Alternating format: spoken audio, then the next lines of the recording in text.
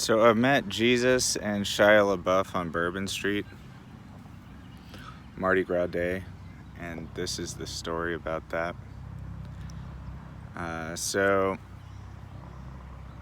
Mardi Gras Day, I just gotten through a long weekend of doubles at my job in New Orleans, and then I worked Monday as well and Tuesday as well, so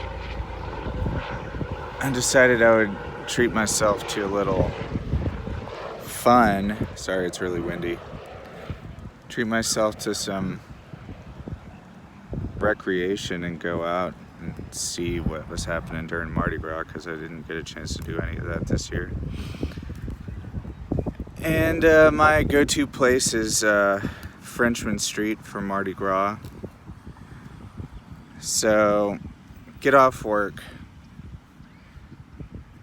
drive all the way across town to avoid traffic, because traffic's horrendous in New Orleans during Mardi Gras, and finally get down there to Frenchman Street, park at the river wall, and walk over to Royal Street, where there's always a party right in front of the R Bar, which I had seen that was where Shia Labeouf got arrested the night before, headbutting people, punching people in the face, getting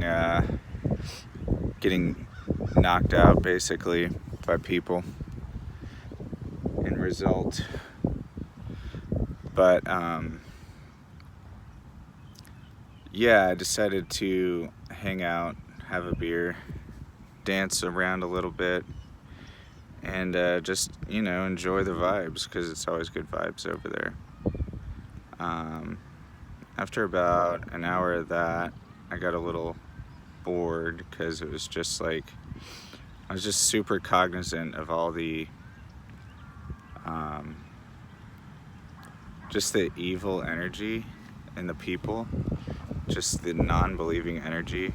And this is a video for believers in Christ, by the way. If you want to deny Christ, you can just move on from this video, because it's not for you.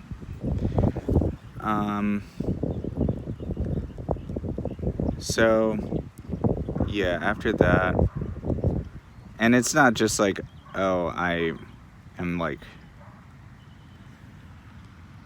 seeing things or like looking into things. It's like, no, I saw people out there that I know are not good people.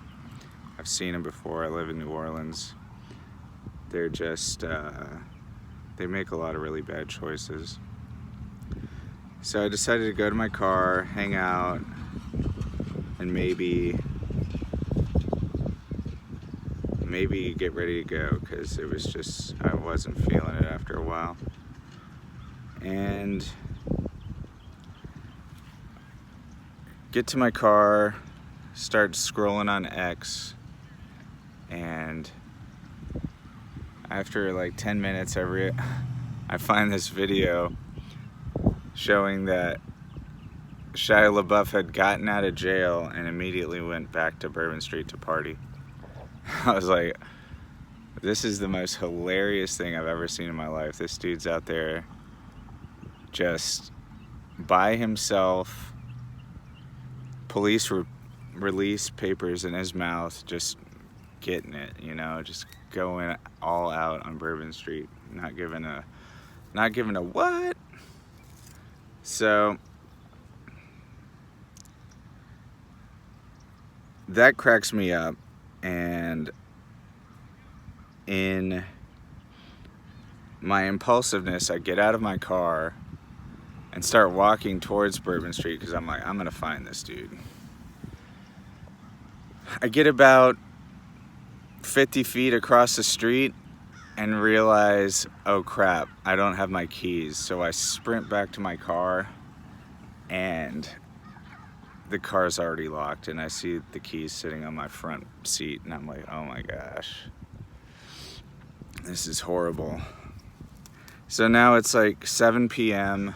Mardi Gras Day evening, and I have nowhere to go, because it's gonna take forever for Papa Lock to get to my car at this time because of the traffic. And there's probably tons of people that are already getting assistance like that. So I'm like, I'm just gonna wait it out, you know. If I'm gonna be stuck, I might as well just go visit Bourbon Street or something and see if I can find Shia LaBeouf.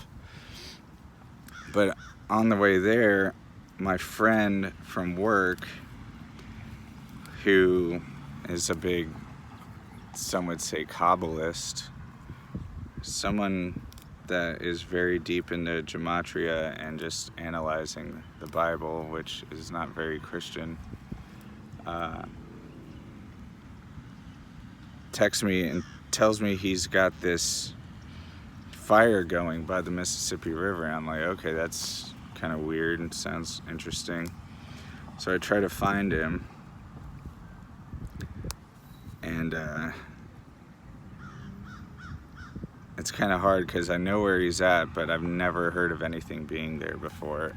So I finally make my way to a crossing.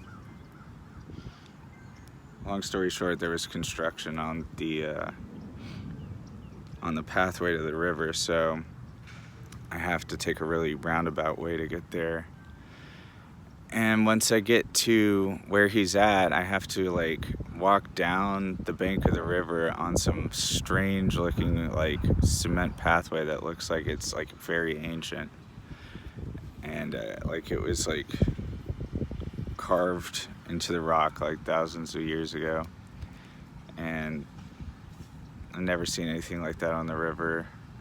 And when I get down there, he's sitting in this like shrine like encampment made out of sticks, stacked up sticks and branches, and there's this like big branch stuck into the ground that almost looks like an effigy of a human, and there's a small fire there, and they're burning wood from the Mississippi River, which is probably highly toxic.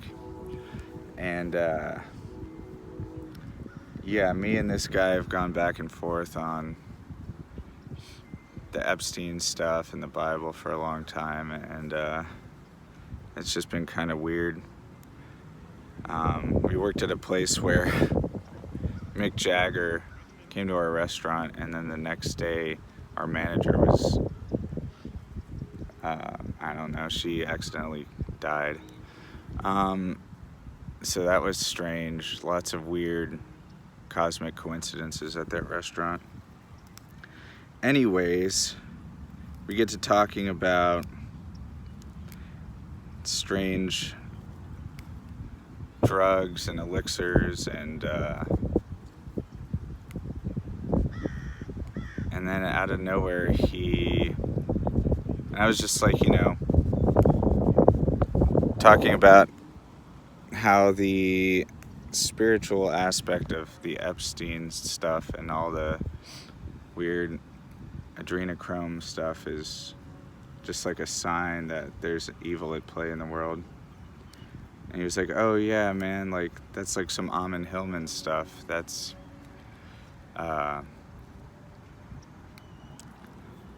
what, you know, they've been doing for thousands of years. It's kind of smart, you know, that they figured all that out. And I'm like, yeah, it's not really smart, it's actually really evil. And then he's like, check out this card somebody gave me on the street. And I was like, okay. And on the back, it's got a Ace of Hearts. And I'm like, what is this, Ace of Hearts? He's like, no, look at the other side. And it says Mardi Gras mantra. And it had to do with some kind of, it was some weird, like, self-realization, like, solar eclipse thing, because apparently there was a solar eclipse that day too, which is really strange and coincidental. And he also handed me this glass rock, which he called beryl, and I was like, okay, whatever. And basically the mantra was some kind of witchcraft spell, And I was like, I'm sure they would love me to say that, but I'm, a follower of Jesus, so I'm not gonna do it. And I took the stone he gave me, looked at it for a second. I was like, I don't know what the hell this is, so I just threw it in the river nonchalantly. I was just like, bloop. And yeah, there was also 6 other people there that looked very satanic or suspicious. And I took a little break to go use the restroom over in the water, and then came back, and they told me they were like, we're about to kill somebody. So they said we decided we need to kill somebody. And I was like, well, it's not going to be me. And they're like, well, we already did nose or pulled straws for it, and you're it. And I was like, well, I guess I'm leaving now, because that's not going to be me. And I just walked off. I had in my mind, I was walking up into a mountain by myself, like Jesus,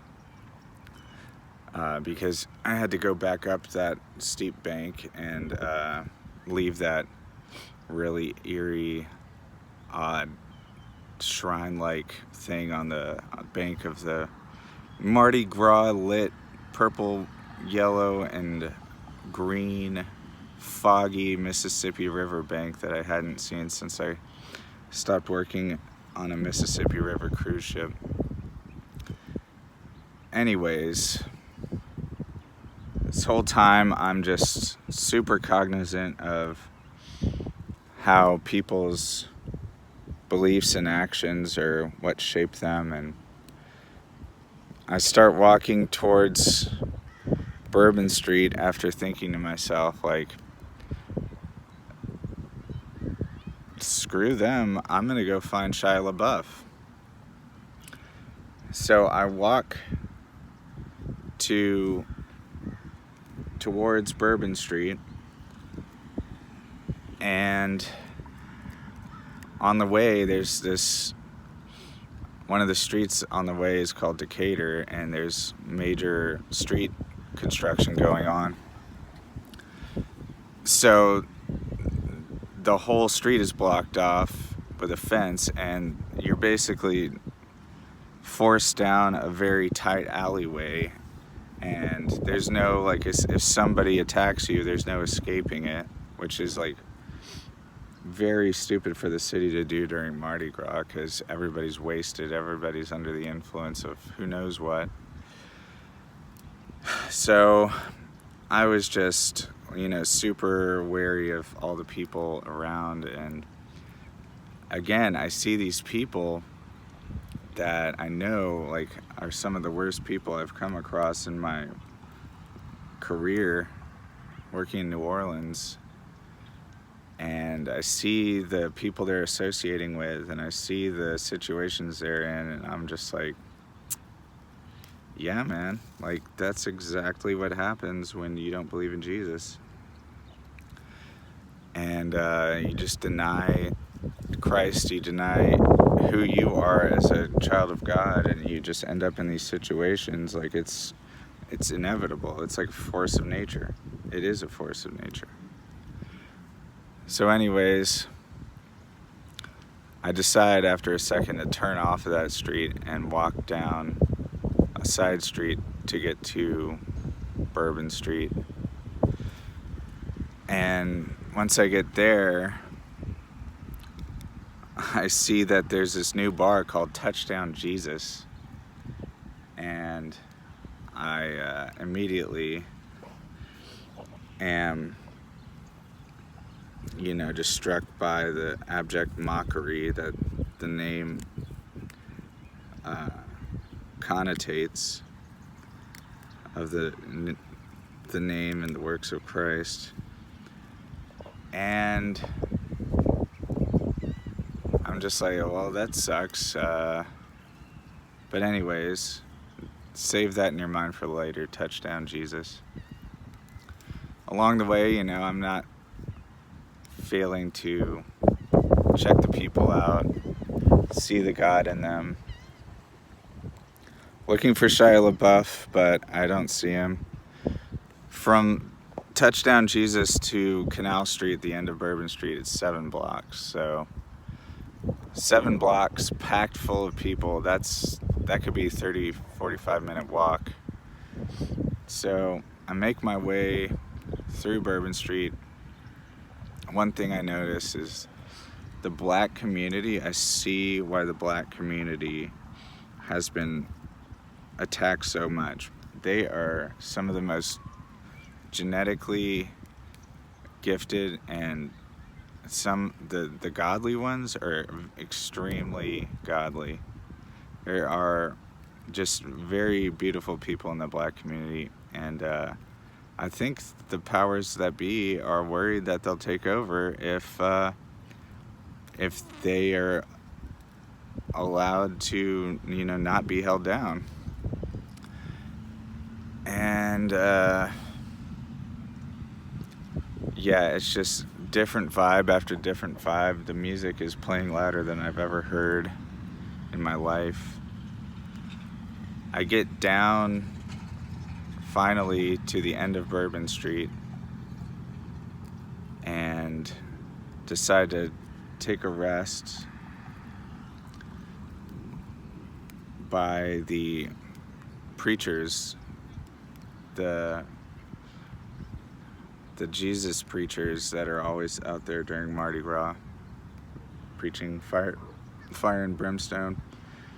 And I heard this one guy give a great testimony about how he used to be a male stripper, and Jesus saved him out of that life and was doing all kinds of crazy stuff. And it was just really inspiring because, you know, it's horrible, and sadly there's so many people that are living that way in New Orleans. And then I also walked to the very end where I noticed that there was, I'd never seen this before, they had a full National Guard presence checking everybody's bag at the beginning of Bourbon Street and other side streets to stop people from bringing their guns in and stuff, which I was very appreciative of. Also, I think the police and the National Guard are largely part of the Lord's army, which if you were to see these people in real life, you would know that, yeah, they just have an aura about them that speaks to the power of Jesus. Anyways, I sit there and listen to the preachers for about 30 minutes, 45 minutes, just nodding along, you know, watching the demonic people manifest and deny Christ and just mock the people, mock the preachers and flash them and do all kinds of stuff. Not many people were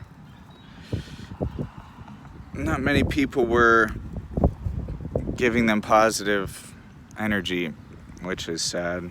And, you know, there's just not that many people that go to Mardi Gras that are that positive. But the ones that are very positive, which is great.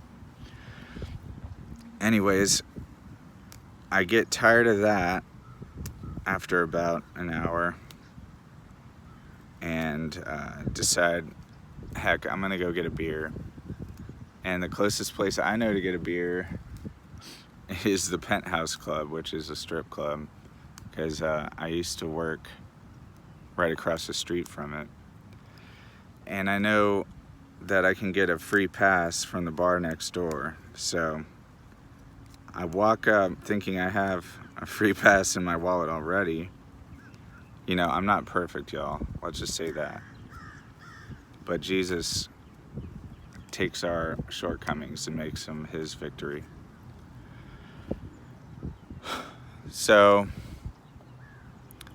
as I'm walking up to the entrance of the Penthouse Club, one of the girls I used to date at an ex job of mine is walking in to the strip club to work, and I know for a fact that she used to be a Satanist and probably still doesn't believe in Jesus. And the reason she didn't want to keep dating me was because she wanted to date a guy with money, even though she didn't really like him at all.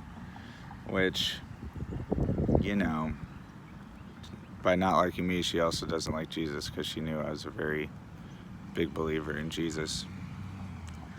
And it was just one of those moments where I was just compelled to go tell her, you know, like, Jesus is searching for you, and he wants you to, you know, come to him. But I didn't have a way to get in the place to tell her that, so I decided to go to the bar next door and see if I could get a pass. So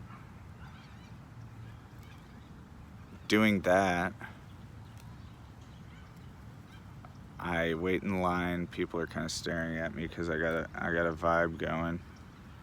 Super excited that I get to see this girl and tell her what I think. And bartender comes up to me and she's like, "What can I do for you?" I'm like, I heard y'all got passes to the Penthouse Club. And she's like, "Oh, we're out." And then immediately 80, 90 people start sprinting as fast as they can away from something, and it's just utter panic. The bartender, she goes, we ran out. And then she ducks behind the bar immediately. And I'm like, what the hell? People are running at me from the street, and I just get like shoved back into a corner. And I think for a second, I was like, if bullets are coming, I'm ducking. Like, I'm getting down. So I crouched down. Maybe after 15 seconds, the girls that were behind me were like, "Get up, you're okay, you're okay." Like, I was like, "Did something happen?" And they were like, "Yeah, something happened." I was like, "Okay. Well, I don't know." So I'm not one to be afraid. So I go outside and I'm looking for what's going on. And, you know, if Jesus wants to take me, he can take me right then and there. So I go out and nothing happens. Can't get a pass to the Penthouse Club or talk to this girl, so I guess I'm on to the next leg of my journey. Still looking for Shia Labeouf. Still checking out the vibes. Just noticing every end of the spectrum on this street. Positive, negative, lust, righteousness, everything. 3 blocks down, I finally see him. He's standing there on the corner underneath a street light, talking to 2 people. I'm like, I'm gonna look this dude in the eye and let him know that he needs to represent Jesus better. You can't go to New Orleans, my hometown, and make a mockery of it by acting all crazy, especially after you've proclaimed Jesus to be your Lord and Savior. Like, that's not a good look, bro. So I go walk up to him, look him in the eye. He kind of, at first, like, glances at me like I'm a rando, you know, gives me that kind of dismissive look. I give him another look. I say, "No, look me in the eye."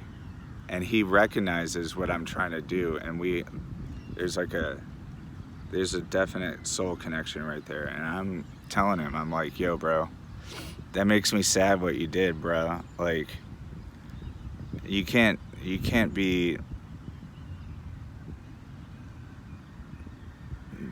have that kind of energy when you're representing Jesus." And the connection lasted maybe 2 seconds, and then I was like, all right, he saw me. He knows. Like, I'm not going to say anything. So I walk across the street. Across the street from me, there's more preachers. And diagonal from me, there's Shia Labeouf. And he's just standing there, and more people come and talk to him. Maybe 3 minutes later, another 100, 200 people maybe start sprinting as fast as they possibly can, running from something. Some kind of person pulled a gun out or something. And it's just another bull rush of people sprinting as fast as they can. And he's just standing there by himself, looking around like, what the hell just happened? Like, where did all the people I was talking to just go to? Like, what? I've never seen a person so confused in their life. And the bar I get pushed into is like, yo, get out. Like, what? Y'all can't be doing this. This is crazy. Like, and I was just dumbfounded. I was like, has this been happening a lot? They're like, dude, every 5 seconds. And after that, I'm like, all right, whatever that was, I'm going that direction, because I got to figure out why people keep running like this. This is crazy.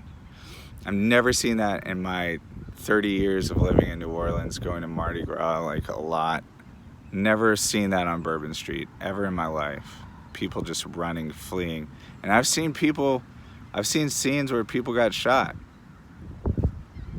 I've been down the block when people got shot, and I've never seen people running like that.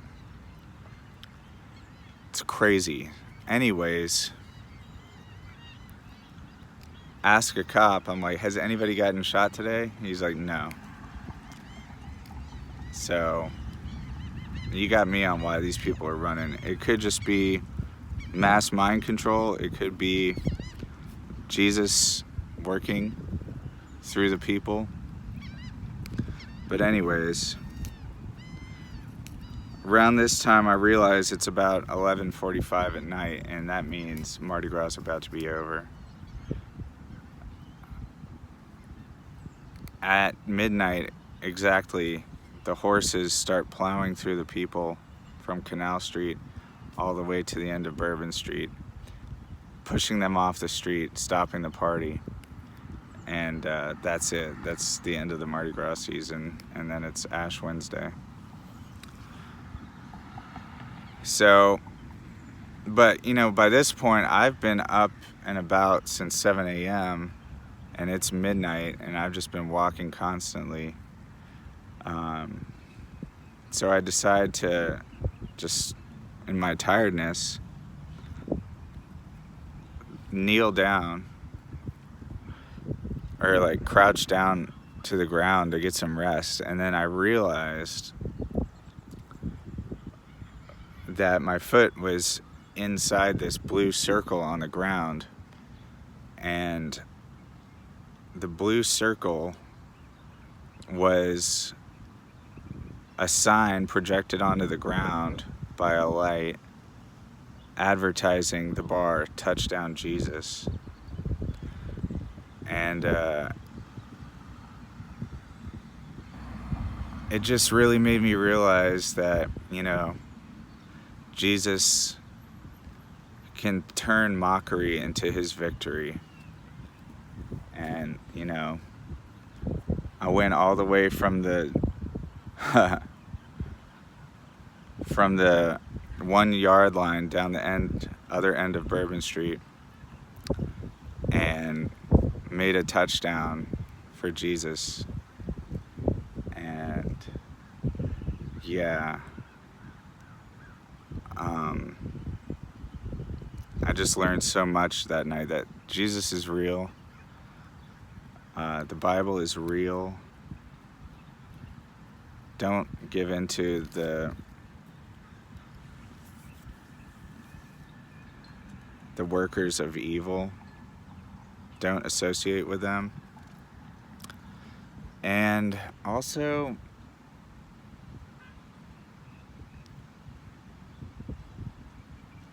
Jesus is literally the fabric of reality. None of that stuff could have happened on accident. It was all people I knew, all people I've seen before. I know them. And they were there at the right place at the right time. And Jesus wanted me to touch Shia and tell him, you know, there is a reality here, and I want you to go along with it. Anyways, that wasn't quite the end of my story. I ended up getting back to my car, calling Papa Lock. Once Papa Lock's on the way, a family comes up to me and asks me to jump their car, so I had to jump their car for like 45 minutes, but it didn't even work. So, and then some homeless guy came up to me and was like, "You look distraught, man. What happened?" I'm like, "Yo, I just had a really crazy night."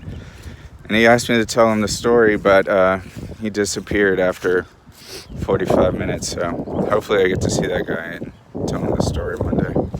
Anyways, praise Jesus. I love you. Bye.